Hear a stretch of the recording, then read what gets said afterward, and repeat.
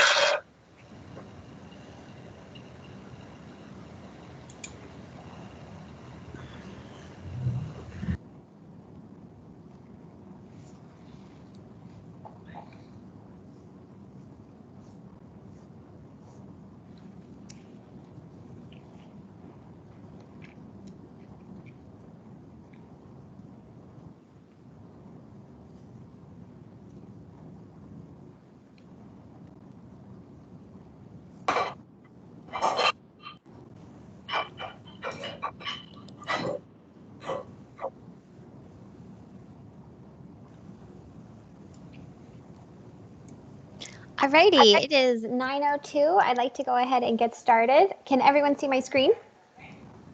Good. Okay, awesome. Well, thanks everybody. Happy, what's today? Wednesday. And today we don't have a long agenda. This is really kind of a check-in meeting. We all met about a month ago before we were going to off some of the draft SOPs that we've developed to the Water Quality Monitoring Council. And so my job today is to give you just an overview of how that went, our current status on those draft SOPs, and then I'm really going to be looking to you all to start brainstorming what we want the next couple of months to look like, and what some of our next products are going to be that we work on. All right, are there any questions on that? Or was there anything else anybody wanted to discuss today? Okay, super. So, like I said, we have on today's agenda going over the draft SOPs that we reviewed with the Water Quality Monitoring Council, identifying what our next draft SOPs should be. Then the other thing that I had asked you to think about was what some of the other resources are that we want to be working on and spending our time on. And this makes me think about what we want to see on the Molecular Methods Workgroup website, and then any other actual, nuts and bolts products that we can be generating and putting out there into the world. So that's that. And then lastly, we can touch on ideas for some of our future meetings. Okay, so about 4 weeks ago, I presented the draft SOPs that we've developed to the Water Quality Monitoring Council. And so that went well. There was positive feedback from the council. I think they were excited to see what we've been working on, happy to see these drafts now out there in the world. And so we gave the council members the task of bringing these draft SOPs to their communities and essentially distributing them for feedback. And to try and make it as easy as possible, I have now created this homepage just on my GitHub that has a link to each of the 3 draft SOPs that we had developed. And so I have this link up here. And what I was going to say to you all was, if you haven't had a chance to share this with anyone that you know, go ahead and copy this link and send it to anyone that you think could be providing feedback on these SOPs. I think the more feedback we get, the better.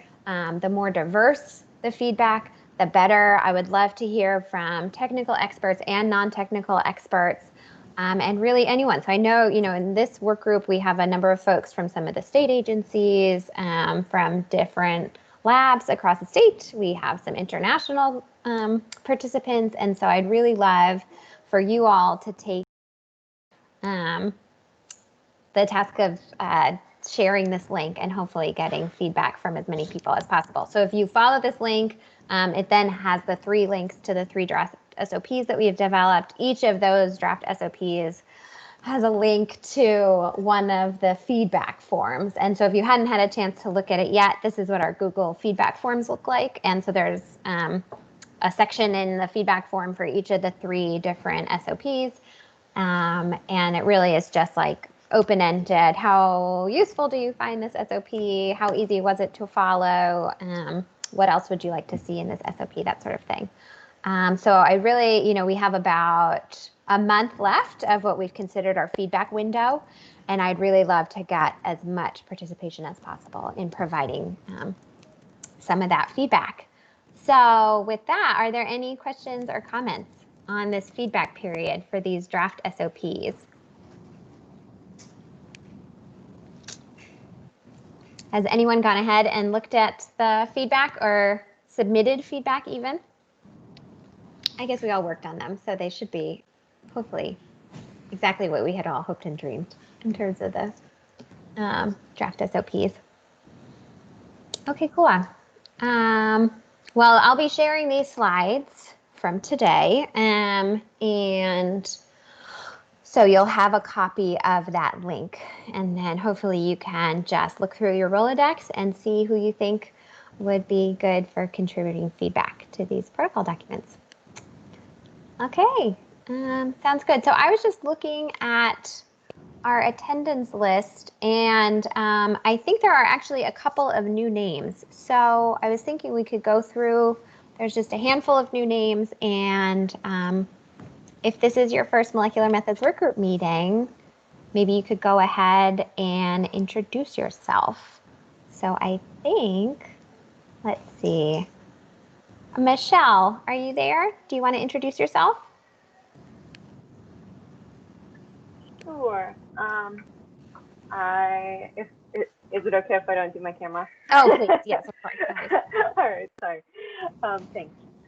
Michelle Youngbluth. I am out at the Estuary and Ocean Science Center at San Francisco State University. My background is mostly in zooplankton ecology, and I've been working on some community eDNA metabarcoding work and diet DNA metabarcoding stuff. So that's sort of where I'm at right now. Awesome. Welcome. So does that mean, are you in Tiburon or where are you? I do most of my work at Tiburon, yeah. Ah, beautiful. Good. Well, welcome. Okay, let's see. I see Erica has her hand up. Erica, do you want to introduce yourself? Yeah, hi, this is my first meeting. My name is Erica Calve. I'm with the State Water Board in the Division of Water Quality, and I am supporting the Constituents of Emerging Concern initiative. And so I just got introduced to this work group by, joining the Water Quality Monitoring Council meetings over the last couple cycles, and was really enjoyed the presentation you gave at the meeting in September, and was intrigued. So I just wanted to kind of join and see, what you guys are all talking about and how it see how it applies to the CEC program, and just kind of start to get engaged. Awesome. Cool. Well, welcome. All right. Is there anyone else that this is their first meeting? Hi, I guess I could go. My name is Meishi. I'm a graduate student at UCLA. I work with environmental DNA a lot, and with Rachel, I also see on this call. I gave the talk at CABW a while back, and I've been trying to join the thing for a long time. So thanks a lot for the implementation. Awesome. We're glad to have you, Macy, and I know a lot of folks here enjoyed your presentation last week at CABW, so good to have you. Okay, awesome. All right, next item on the agenda is talking about what our next SOP document should be that we will be working on. Initially, we had done a ranking of all of the different SOPs that we were potentially going to develop. And if you can see my screen, you see that we have checked off the first three. So we did our general DNA sampling guidelines, our DNA sampling for water, and our metadata reporting standards. So next on our list, we had both DNA extraction guidelines and then also sampling of sediments. And so one option is to just go straight down the list and have our next two SOPs that we work on be the DNA extraction guidelines and sampling for sediments, unless there were strong feelings that people had that we should prioritize a different SOP. Do we have strong feelings? Who is super excited to develop a draft document on DNA extraction guidelines? All right, if there aren't strong opinions one way or another, I think our best move is just to follow the ranking that we had originally set out for ourselves. And I'll do the same as I did last time, which is I'll get these documents started in our Google Drive, and I will be sharing the links with you all, and then we will get started on making some of those draft SOPs. Does that sound good? Okay, good. All right. Suzanne, I have a Yeah. I have a question. Quick question. Is the DNA extraction, would that be like for a variety of applications, like for metabarcoding, for shotgun sequencing, if it's possibly historical, if it's kit-based versus not kit-based, if it's in the field, like how, I mean, this could be, SOPs seem to be very straightforward, like where there's a lot of options, but they're really just highlighting like the considerations. Yeah. So I'm assuming it works that way. I just need to I can contribute to this, but I need to understand the scope a little bit, or just get updated on the scope. Yeah. I think that's a great question. I think I could envision that it behaves a bit like what we did for DNA sampling guidelines, where it is big picture, applicable across multiple different applications. And so it would give you guidance on things like sterile technique and using positive and negative controls. And then it can have individual sections for exactly the types of applications you were talking about. Salty sediments or ancient DNA or difficult sediments with contaminants, anything like that. So it would hopefully be applicable across a diverse range of applications. And so it really would be providing more of that like best practice guidance, not necessarily like this is exactly how you set up your extraction to use the Power Soil DNA kit. That is what I see evolving into. I'd be interested to hear from anybody else if you have strong feelings on what you would like to see for DNA extraction guidelines. Rachel, does that answer your question? It does. And there's some really exciting literature that has come out in the last like 2 years about the amount of volume to extract and pooling extracts and all that stuff. So excited to see it as a best practices. Thanks. Okay, great. Sorry, Steve, what did you want to say? So yeah, Rachel, thank you for bringing up that question. So my role here is I am a member of the council and I'm the liaison for this committee. So I'm going to answer your question, Rachel, in a roundabout way, not by giving a specific answer, but by telling you how we at the council had envisioned this this committee would work. What we're looking at is we have a whole bunch of agencies within the state that are starting to do or starting to think about doing DNA measurements. In some cases, most cases, eDNA measurements. And we're looking for ways that we can help them get more consistent so that we don't have people spraying all over the world with all kinds of different approaches. So I think what you want to do is say, so where has the community come together enough that you can get specific? If 99% of you are doing it the same way and you think a new state agency that's going to come along and say, give a contract to you to help them do the work, want them to tell you or somebody else so that your data would be comparable to them to do. Alternatively, where the methods aren't all that well worked out, where there are good choices to be made, then I think what you want to do is identify those choices and identify under what circumstances you might make a different choice. As if you have a different purpose. Sometimes you'll have a sensitivity purpose versus a specificity type purpose. And then I think what you also want to do is in the document identify, and here are the areas that we just don't have things worked out enough. We're doing things differently, and we just don't have enough feel for why you might do something, method A or sub method A versus B, because we just haven't done the science, and maybe even to the point of making recommendations of things the council should help you seek fund or obtain funding for, to do those kind of comparative studies that would allow you as a group to come to an answer. Is that That's helpful? awesome, Steve. I don't see a section on the other SOPs for that type of sort of unknown areas or areas that need to be worked out, but it'd be really great to see that on all of them. Yeah. I agree. And I think the goal of the council is that we should be one of the entities who should be trying to help you obtain those funds to do those follow-ups. Also read. Okay, great. Okay, that's great. I like that idea of beginning to implement a section that's talking about our known unknowns. Okay, great. That's a good idea. I like it.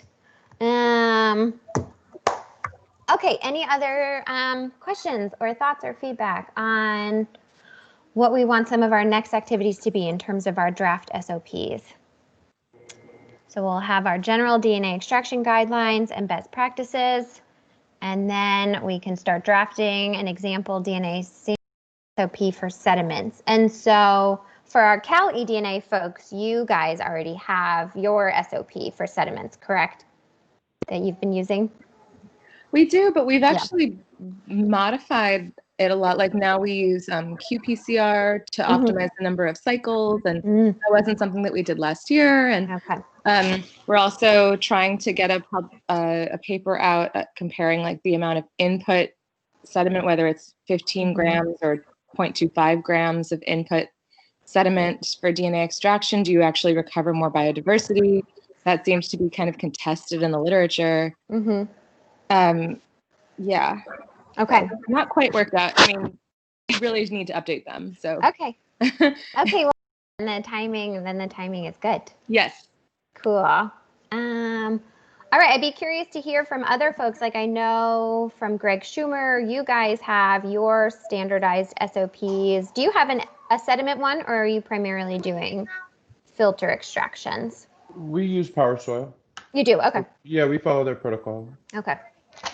Okay, interesting. Cool. That's good to know. And anybody else in the group, do you have your own SOPs that you're using within your agencies right now? Or are you looking to use something like an example that the work group would be developing?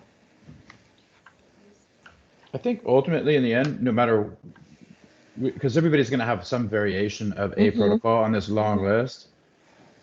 In the end, we may need to figure out how to measure effect on our ability to detect eDNA from the environment, so that you can actually do some sort of compare. Because everybody's going to have a slight variation to everybody else's protocol, and they're going to have different kits, and they're going to have a different way of applying the kit, and they're going to have a different source of DNA. So that may get difficult in the end.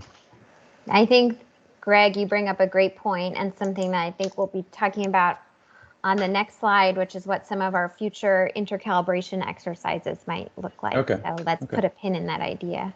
Okay. Yeah, I like it. I know for us, we have our SOPs that we've been using internally, but I'm hoping to the extent that they're either aligned with the draft SOPs that we're making as part of the molecular methods work group, and where they're not, to be trying to get ourselves aligned. And I'm sure that there are going to be some good ideas, like you're mentioning, Rachel, in terms of like integrating qPCR for optimizing some of our extractions, what sorts of internal controls people are using. I'll be excited to hear what some of the ideas are from the group and how we might want to start implementing it in our own SOPs. Yeah. Oh, no, go ahead. This is Candace. Hi, Candace. This could be way far down the line, but for like number 20 on this list, maybe would be data reporting and quality assurance of data. Because from my perspective, we have the swamp templates that we're working on. And so obviously that's one aspect of data reporting, and then quality assurance. So just something for way down the line. Okay. Do you have an example for maybe another type of data reporting, what the quality assurance looks like when it's submitted alongside with the data? what the quality assurance looks like next. Yeah. Yeah. So for like your chemistry data, do you have an example that you could share with us on what it looks like when you submit your QA metrics alongside your chem data? I'm not exactly sure what you mean by that, but when we receive the data, we do a quality assurance check. Obviously, we do verification. Okay. And then once it's been verified by our standards and against SOPs and MQOs, then it's assigned a code, a QA code that takes it from pending or unknown to SWAMP verified. Oh, okay. I see And what so you're that indicates in our database whether or not it's undergone our verification. Got it. Okay, so it's like a QA screening that you do as opposed to like data that I give you to tell you that I've QA'd my data. It's instead like a set of screening that you do to the data. Is that right? Right. Well, that would be the SWAMP verification. If you had your own screening, that could be something that could be incorporated into perhaps the comments section, or we're also looking into, we're moving towards a new system, so something could be built in. Okay. So yeah, future discussion for sure. Let me know your needs for the data in the future, and we can work something out. Okay, well, that's so important to think about, I think, for each step in each of these protocols, what the QA metric should look like. I think it's something that has to be at the forefront of our minds. But how that gets implemented in data reporting, that'll be like one of our challenges to figure out. Exactly. Just let us put it on the radar. Thanks. Yeah, awesome. Okay, thanks. That's super helpful. Okay, any other comments on SOPs or as we start developing these? Okay. Wait, sorry. No, please. I'm hoping, can we think about dividing up the bioinformatics guidelines into multiple SOPs? Like one would be great for reference databases and taxonomy assignment, separate from like quantifying genetic diversity, where you could talk about like ASVs versus OTUs, maybe at a little bit more kind of depth and just quantifying unknowns. And then of course for analyses, we've been really seeing like this gap of what the analyses that people traditionally use for monitoring, and then how eDNA can fit in there. If you create an SOP that that helps sort of show some of the analysis types and considerations for, how do I replace this bioindicator test that I would normally, or value that I would assign, like how do I assign a value from something that is an eDNA metric? That would be incredibly useful to see, because then it would help people like fit eDNA into their management strategies. So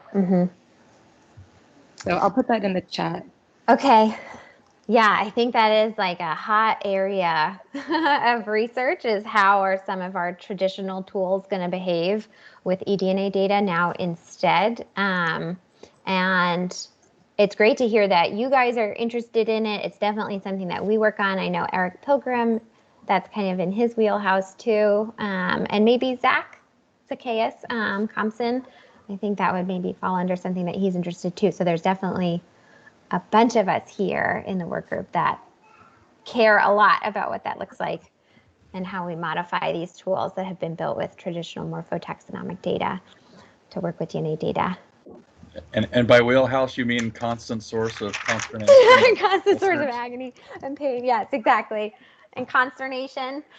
But that's awesome. Yeah, so Rachel, it's interesting. So I'm trying to think what that would look like in terms of like, it doesn't have to be a guidance document. Maybe it's like a state of play document, because I don't know that there's a clear like consensus. Maybe it's just an overview of what the considerations are, or I don't know if what you might be envisioning.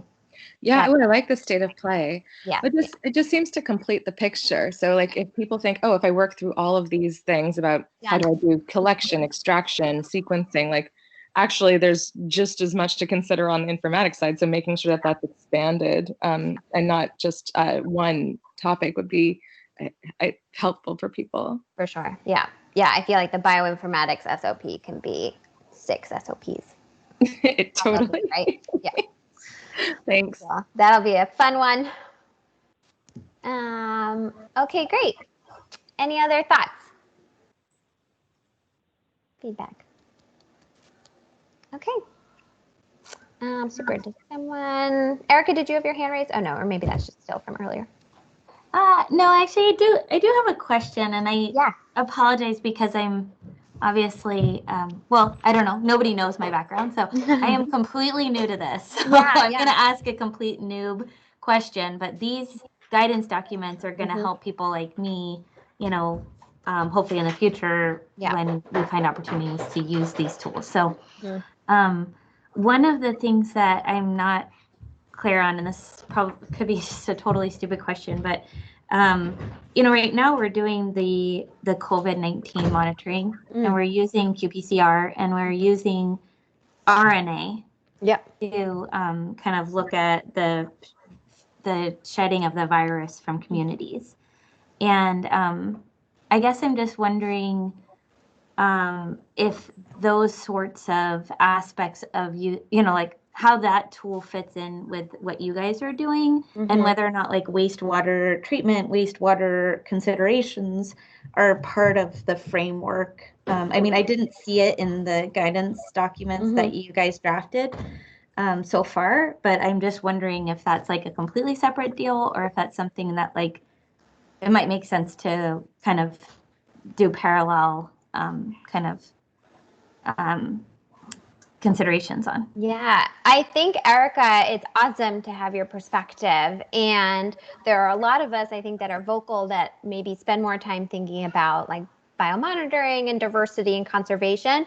But our goal is to have tools that would be applicable for wastewater as well, and routine monitoring and health and human pathogen applications. And so we have some other folks from SCORP who are working on those types of applications.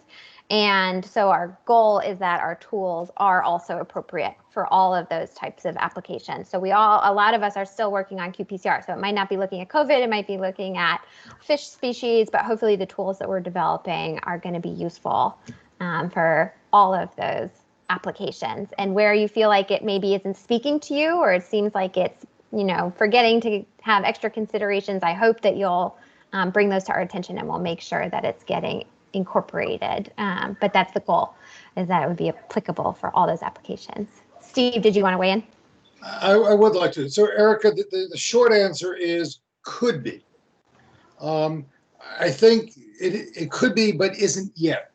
When the council set this group up, it was thinking holistically to possibly include the kind of things you're talking about, but it really is focusing on kind of getting the community-based stuff done, the kind of things that have longer-term applications and development, as opposed to the COVID-related measurements are very short-term. These are things that popped up in the last year, and a lot of groups from a lot of places around the country working on. So the opportunity for a group like this that's meeting on a monthly to bi-monthly basis and not focused specifically on this topic probably isn't the right group. On the other hand, it has a lot of the right expertise. So if, as it turns out, one of your supervisors, Karen Mogus, is the chair of the council. And if the council thinks that we need this group to weigh in on this topic, then what we'd want to do is basically get some directive from the council. So if this is an important piece, then have Karen talk with the rest of the council, and then it would flow down.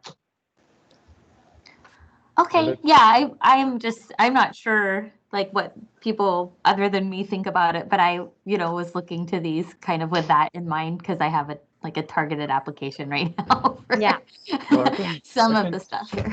I can speak to that a little bit. I've been doing targeted sampling of known infectious sites for COVID and RNA extraction.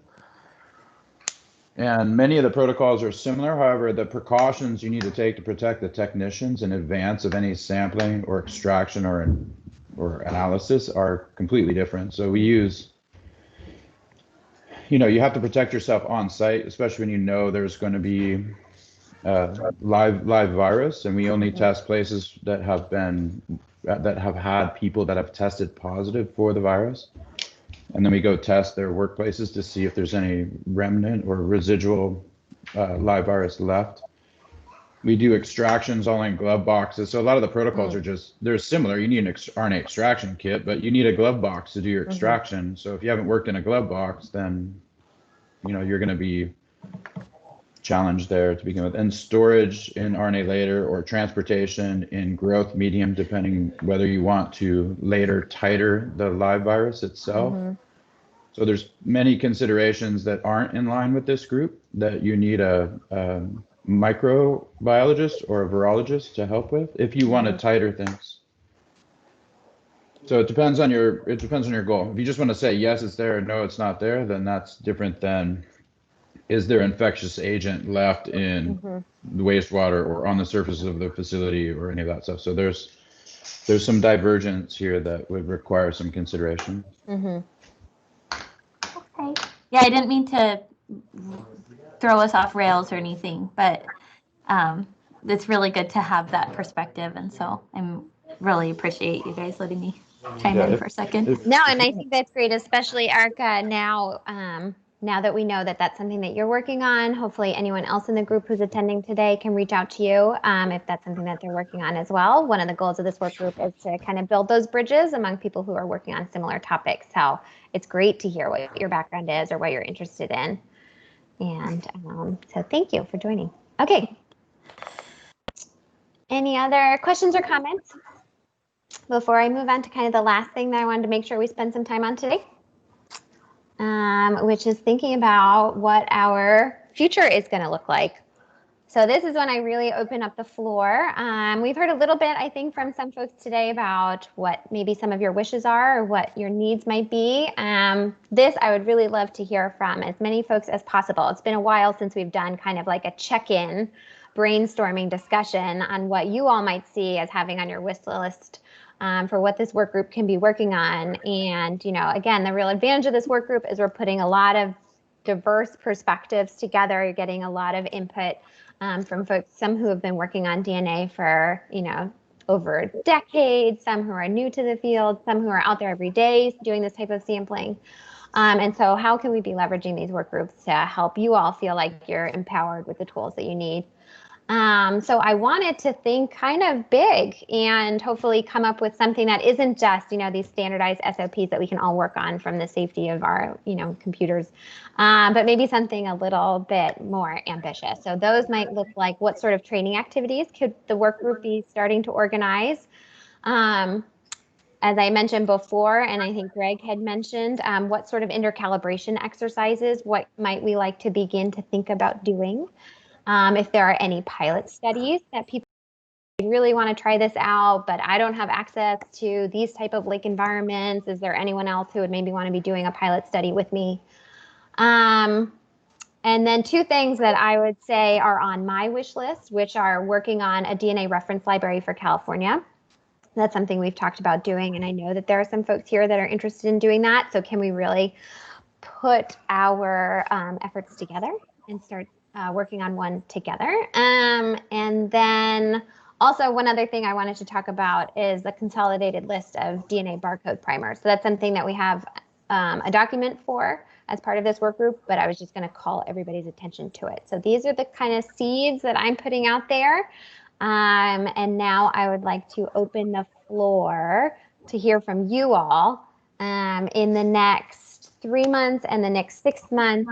What are the things that you would really like to see this work group focused on? What's your real wish list? And, it can be ambitious. Don't be afraid to say something, even if it sounds like it would be a lot of work. I want to hear from you all if you feel like that's something that you'd like. So I see, let's see, Rachel, I see your hand up. Would you like to go ahead, kick us off? Sure, Susanna. So for training activities, actually, I'll just start with what I want to start with. We have a team of undergrads that started this group called Hacking for Oceans, and now they're Blue Welts Bio. And I think that they've reached out to do several informational interviews with maybe with you and some others that are on this call. Mm-hmm.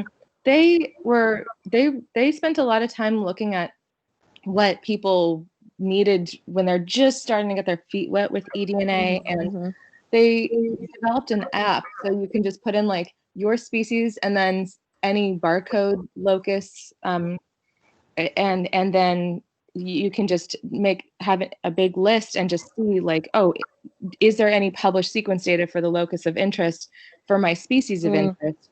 And you can, they're looking for a place to sort of host this and also for users. So I would really love to see maybe this space where we can have them working within Squirp. That would be really cool. And it seems like the best home for this type of toolkit that like gives people really introductory information without them needing to use like the command line. And then I just needed to mention for reference databases, we'd also love to be able to share, like to make updated and share like the Crux reference databases for people. So if you have like a list of barcoding primers, we can make those and send them to you. And then if they can be hosted by you, that would be really great also. Awesome. And then and what's cool, this tool to look for stuff in NCBI, also you can they've uploaded like all the major reference databases. So you can just say, well, is it in this database? Is it in that database? And that way, if you're choosing a closed reference database, you can choose the one that is best for your system. Awesome. And then one other thing was the like pilot studies for sediments and for soils, but like especially sediments. We're really interested in looking at like what are the biotic sort of nets for biodiversity, like what are the what species, if they're there, hold DNA and kind of maintain it and might influence the biodiversity patterns that you're seeing. So it'd be really cool to see like a sort of biotic sort of like which species kind of function as DNA glue from the environment. Yeah, so I just had to throw it out there. Would that be, how would you structure that experiment? Would it be like size fractionation, or what are you thinking? Like right now we have this like over 1,000 samples. So we were just going to informatically look for, if this it's mostly algae that we're interested in. If this algae is present, we see higher alpha diversity at that site, for example. But then you have to follow that up with an experiment. So, but we don't have any of the infrastructure or any of that planned yet. We just talk. Algae, that's right up my alley. That's I know. Fun. Okay, cool. Make the note of that one. Okay, cool. Awesome. Thanks, Rachel. I love those ideas. That sounds great. I think especially one of the wish list items that I had wanted for us, and I think there would be some other great folks to weigh in on what this would look like. I wanted one of those like choose your own adventure graphs to be on our Molecular Methods Workgroup homepage. That would be something like, so you want to sample water, or so you're interested in fish species. You know, do you want to quantify? Yes, no. Do you know what species you're looking for? Yes, no. And something to really help the novice user determine maybe like what sorts of approaches are even appropriate to answer their research questions. And then I think something like the tool that you're talking about that Hacking for Oceans is developing, that would also be awesome, I think, right in line with helping folks kind of get started answering their like initial research questions. So I can definitely work on following up with you and Hacking for Oceans. And I think Nick Marano is on the call, and just thinking about what would be appropriate to host on our Molecular Methods Workgroup webpage versus like we can see about hosting it somewhere else. I can make a Google site. We can see about hosting it on the Squirp homepage, anything like that. So I would love to see that. And if you think that's a good way to get it out in the world, then I'm excited about that. Okay. I see Zacchaeus, you have your hand up. Yeah, thanks, Susie. I just have a couple ideas. One of them kind of is to echo a comment that was at the very beginning of this that may have gotten lost. And that is, one activity we could do would be to have to develop some kind of a literature library. The literature is emerging so quickly in the field, as we all know, that I think we're independently all gathering a lot or have access to a lot, and certainly at the very least having some kind of a library of protocols that could provide more detail about some of the SOPs that we could link to could be helpful. But then additionally, it could be also expanded for other things, like, where this idea of the pilot study, every time I think of a pilot study, I have to make sure to check the literature because so much is coming out, and then you're like, oh, people have already looked at this in this context or that. But if there could be some kind of a resource that had a lot of that literature together, it would benefit a lot of people. Cool. Again, maybe that's very large, but even a small database of just protocols or things could be useful. Yeah. The second thing I could see adding to this list that would be quite useful is simply a list, and this would be really great for either people new to the field or people that want to try it but don't really have the expertise and don't know how to get started, but simply a list of labs that do this, both commercial and academic, and some kind of metadata on anything from cost to what they specialize in and whether or not they're more whether or not they're open to collaboration or that type of stuff. I think could be quite useful. I had started developing something like that here at SIGA. It just didn't go anywhere, but I put some work into it. Certainly that's something I could share. Cool. And if we had a place to host it, it could be potentially really great. And those labs, as you know, are also popping up all over. So it's just having people be aware of them often is the challenge. Yeah, I get asked that in email a lot. Like, where do you do your sequencing work today? So having a resource I could point people to would be super helpful. Cool. Thanks, Zacchaeus. All right, I see Kelly Goodwin. You have your hand up. Okay, am I unmuted? Yes. I just wanted to, I think the original question is, what else could you guys provide? Yeah. So I have a grant in which I have to develop a set of sampling protocols to operationalize eDNA sampling on NOAA research vessels, fisheries research vessels, which is not so easy because they're trawling vessels. They're not real science vessels. Yeah. So anything this group could do to make that easier, meaning, I'm trying not to do things in isolation, although in the end, it doesn't have to be, what I need to do doesn't have to be everything for all people, but the more robust and portable those SOPs might be, and specifically, we had to go ahead and invest in different types of pumps and different types of filter manifolds. We have 142 millimeter and the ability to do Sterivex and the ability to do Swinix because everybody wants to do something different. So we're trying to work on like a flow chart or a decision matrix because you just can't get people to move from what they want to do. But to help people go, oh, okay, well, this ship has the following pumps and the following things on it. What do I want to do? Well, I'm only doing, 12S. So I could actually do a 1 micron filter. I'd rather go for 10 liters fast.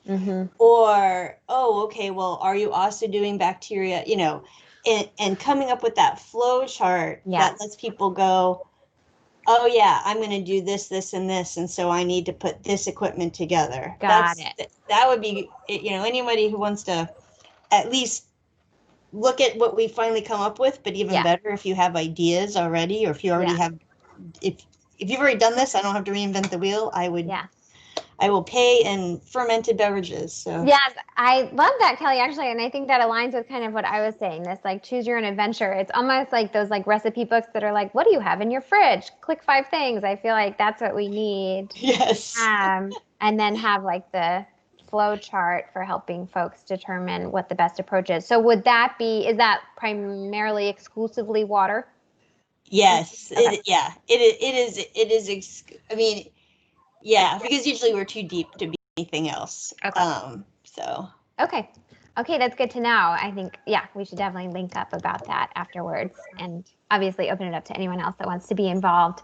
But I think that would be great if we can get that flow chart together. I think that would be a huge resource for folks. Okay, who do I see? Greg. Greg Schumer. Hi. Hi. As I mentioned before, as we move through all these different protocols and we consolidate literature and we bring together hundreds of different ideas, we need some means of calibration between groups so that we can actually compare different filter types and pump methods and extraction techniques and qPCR versus all this stuff. It's really hard to say that to adopt somebody else's technique when you don't know how it's going to affect your probability of detecting the target organism in your system with your filter and all this stuff. So calibration is going to be key.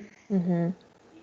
And one of the ways that we have gone about doing this with all of the different groups that we've been working with in various systems with soil and water and surface swabs, things of this nature, is using positive controls. So live cars, I use plasmids on surface to pick up with cotton swabs. We've even gone so far as to bury different organisms and sample soil after a given amount of time, and it allows us to calibrate ourselves.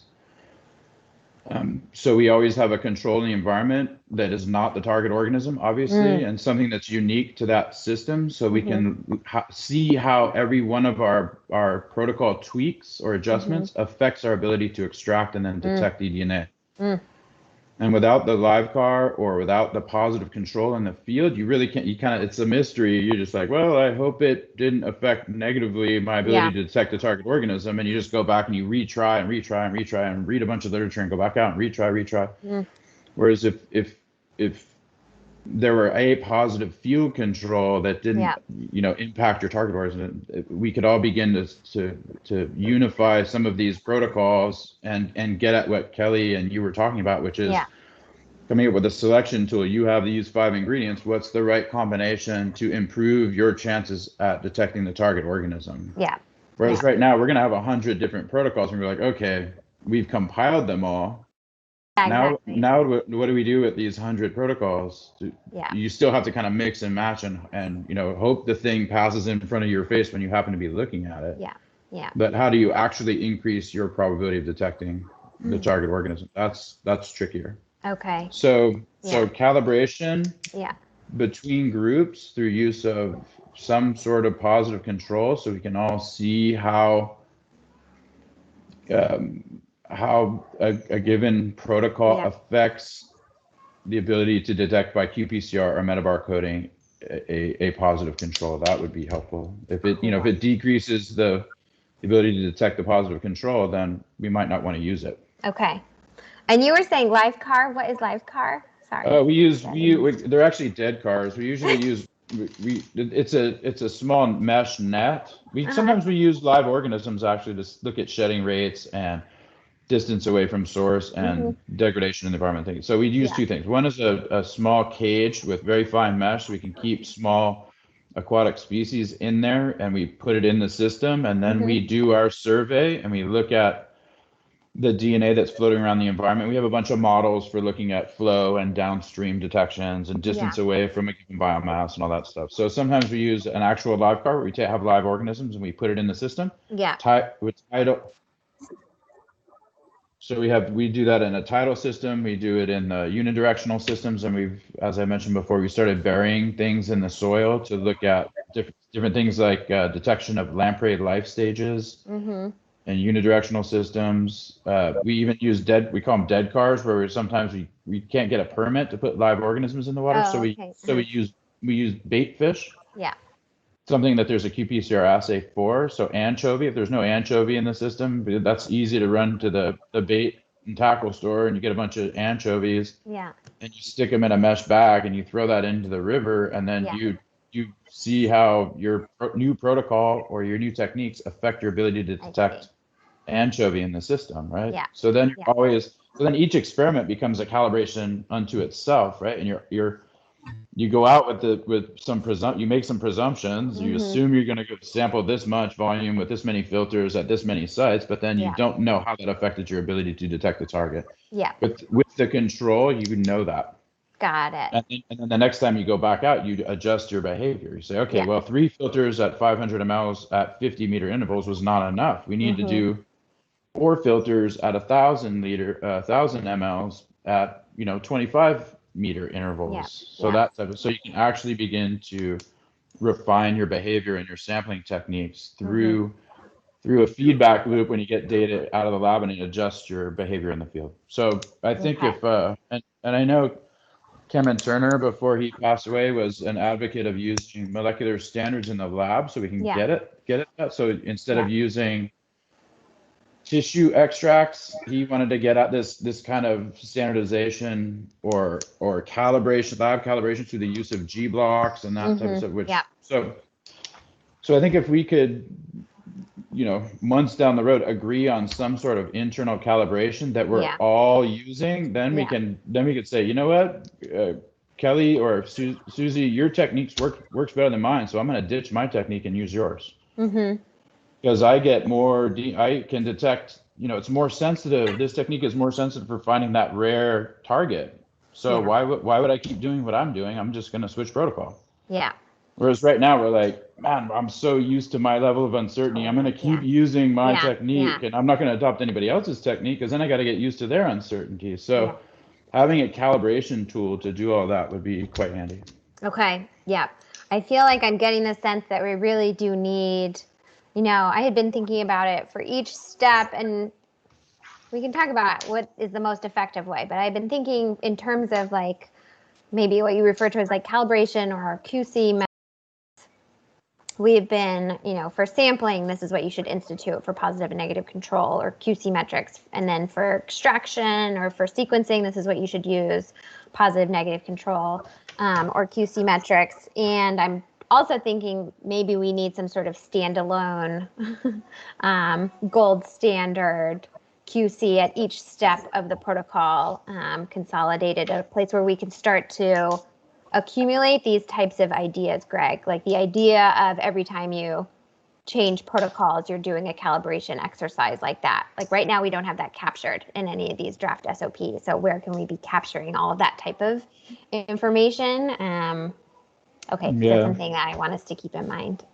Typically the way you do that in microbiology or biochemistry is to add a housekeeper, right? You throw in some sort of housekeeping gene.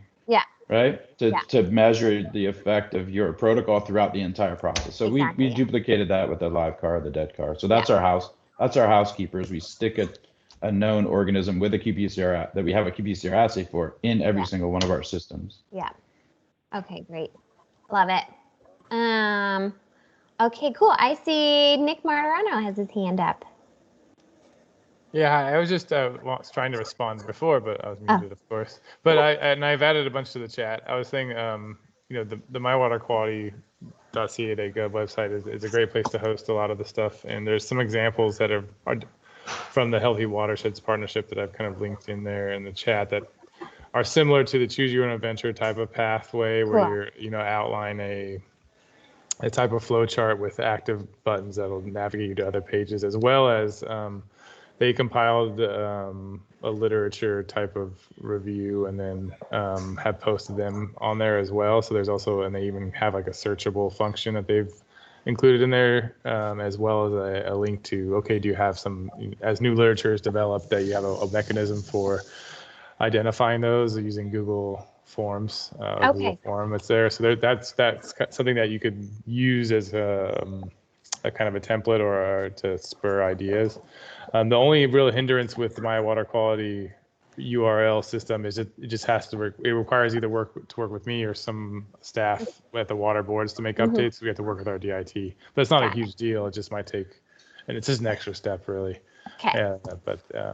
And some of the design may be different, but there's always ways to link to other things as well. So there's creative ways to work around any sort of Sure. roadblocks that occur there. Okay, super. That's good. That's good to know. Thank you for including. I neglected the chat, so that's good. Thank you. Perfect. Okay, is there anybody else who wants to weigh in on some of their big dreams? It's so good to hear from you guys on what some of your priority topics would be. It makes me really excited for what we can be doing and makes me want to get started now. All right, anyone else? Something that would be useful, something you want to see this group work on? Okay. Susie, yeah. did you mention the California barcode database? Yeah, so at some point we had just created a small Google spreadsheet.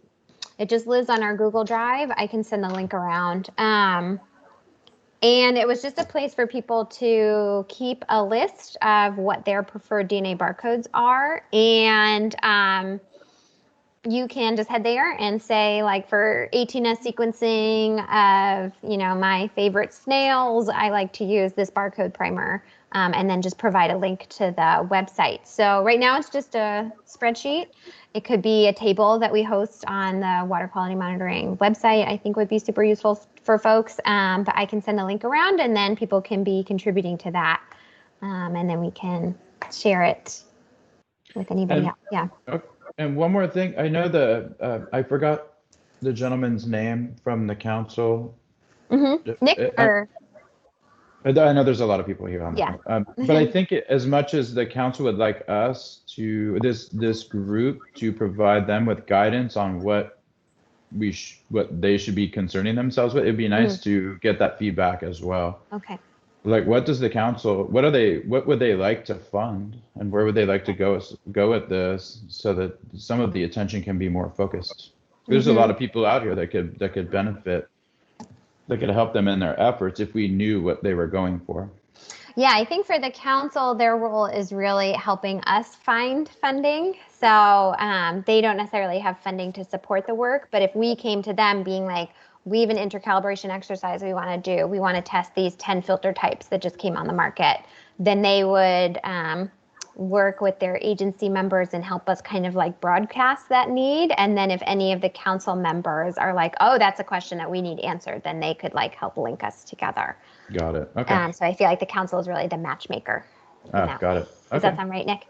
Yeah, and if or if they're, that's very true. And if because we don't have funds, unfortunately, but when their funding sources are identified through grant applications or otherwise, that they can be really leveraged to help support, or provide letters of support, provide kind of that push to to say this is really important work and the council supports it and it's in line with these priorities, and help hopefully get that funding secured more readily than without the council support. And if the council is repeatedly, this is important, and the experts and you all are saying this is really important work that needs to be funded, the council's role would then be to take that information and recommend that to the agency secretaries, like the Jerry and Blumenfields, the Wade Crowfoots, and say, look, this is really important. We recommend that the agencies look at establishing some sort of funding to support this work, and here's why, and then talk about the great group of experts across agencies that are all on the same kind of collaborative mindset that this is really important, and go from there. And that's kind of the step forward to maybe legislative action or other action where there's actually budget potential. Cool. Okay, good. All right. Oh, and you know what I think, the one other thing that I was going to mention for what we're working on right now, and I think this would be of interest to a couple of folks here. So we're currently working on a gap analysis for marine benthic macroinvertebrates, and I would love collaborating with those of you who are working on DNA library build-outs. Right now we're focused on CO1 genes, but we might expand beyond that. And I know in particular, I think Adam and let's see who else might be involved in that. Oh, Michael Mahoney, you're here. So I will be putting it on the write-up from today's notes. That's something that we're working on right now, marine DNA libraries. And Rachel, what you had mentioned, the tool that you guys have, that I'd like to coordinate with you guys on that too. Rachel, you have your hand up. Go ahead. We're trying to do something really exciting that I wanted to share, and maybe we can talk about collaboration on that's about the CO1 genes. And so it's okay. to you and other people. There's a graduate student in Beth Shapiro's lab here at UC Santa Cruz who basically developed a way to make capture baits for way, way, way less money. Okay. So an initial investment of like $10,000 can basically make you a bait set for CO1, where you can probe for CO1 where you might expect that to be rarer or too degraded to be able to do metabarcoding or qPCR. And so we're trying to make a bait set for CO1, but we know that there's a lot of the sequences that are not in GenBank, and then some are in bold, some are not yet in bold. Yeah. But we could make a CO1 bait set that everyone could use as an actual research resource with the most complete, using the most complete CO1 sequence list possible.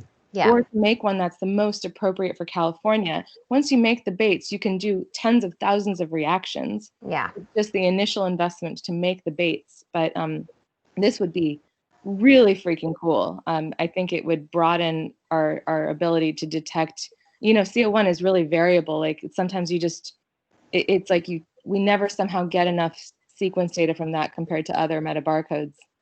It's really tricky. So that's awesome. Yeah, I'd love to hear more about that. And even just at that place of, when we're scrubbing for these reference sequences, we're looking to bold, we're looking to GenBank, and then we're scrubbing the GeoMe DB. And where else should we be looking? That's even like, the first question that we ask. And so it'll be great to hopefully link up with you guys and some of the other folks on here to be working on some of that library build out. Yeah.